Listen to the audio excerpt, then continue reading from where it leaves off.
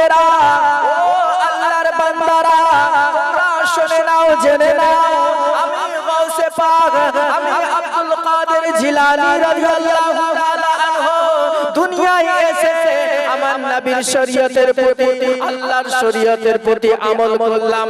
তোমরা রোজা রাখো, কিন্তু আমরা রোজা রাখতে পারলাম কোথায়? যখনই রোজার সময় আসে তখনই পেটে ব্যথা আরম্ভ হয়ে যায়। যখন রোজার সময় আসে গ্যাস বেড়ে যায়, অ্যাসিডিটি বেড়ে যায়, প্রেসার হাই প্রেসার হয়ে যায়। বেরাদার, আমরা সেই রোজার মাসে বিভিন্ন ধরনের বাহানা করে থাকি।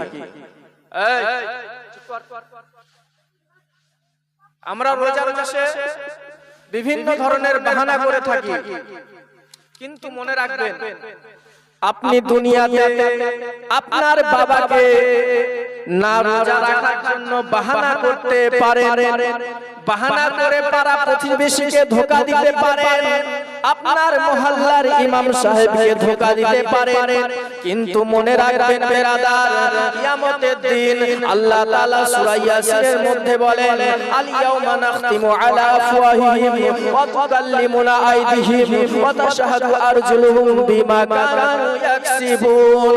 কাল কিয়ামতের মাঠে, কাল হাসরের মাঠে তোমার মুখটাকে বন্ধ করে দেওয়া হবে, মুখটা বন্ধ থাকবে আর হাত কথা বলবে, পায়ে সাক্ষী দেবে, পায়ে সাক্ষী দেবে। তুমি আজকে যত বাহানা করে মানুষের সঙ্গে ফাঁকি দিতে পারো, আজকে আমাদের সামনে ফাঁকি দিতে পারো, কিন্তু কাল কিয়ামতের দিনে তুমি পার পাবা না।